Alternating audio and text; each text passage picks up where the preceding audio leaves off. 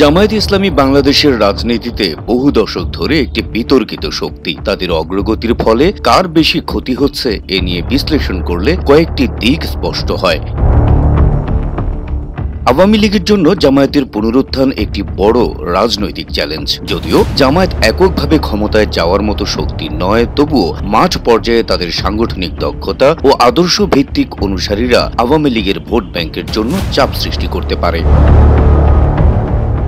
বিশেষ করে গ্রামীণ এলাকায়, যেখানে ধর্মীয় আবেগ ও সংগঠিত তৃণমূল শক্তি গুরুত্বপূর্ণ ভূমিকা রাখে, সেখানে জামায়াত আওয়ামী লীগের রাজনৈতিক প্রভাব কমাতে সক্ষম।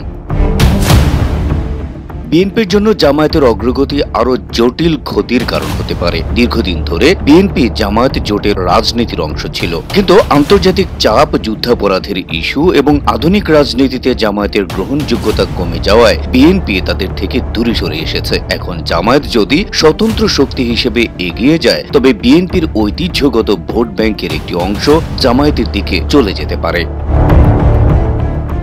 বামপন্থী ও প্রগতিশীল রাজনৈতিক শক্তির জন্য জামায়াতের অগ্রগতির সবচেয়ে বড় আদর্শগত ক্ষতি। ধর্মভিত্তিক রাজনীতির প্রসার তাদের আদর্শকে কোণঠাসা করে এবং সমাজে ধর্মনিরপেক্ষতার জায়গা সংকুচিত করে। সার্বিকভাবে দেখা যায়, জামায়াতের অগ্রগতিতে সবচেয়ে বেশি ক্ষতি হচ্ছে বিএনপির।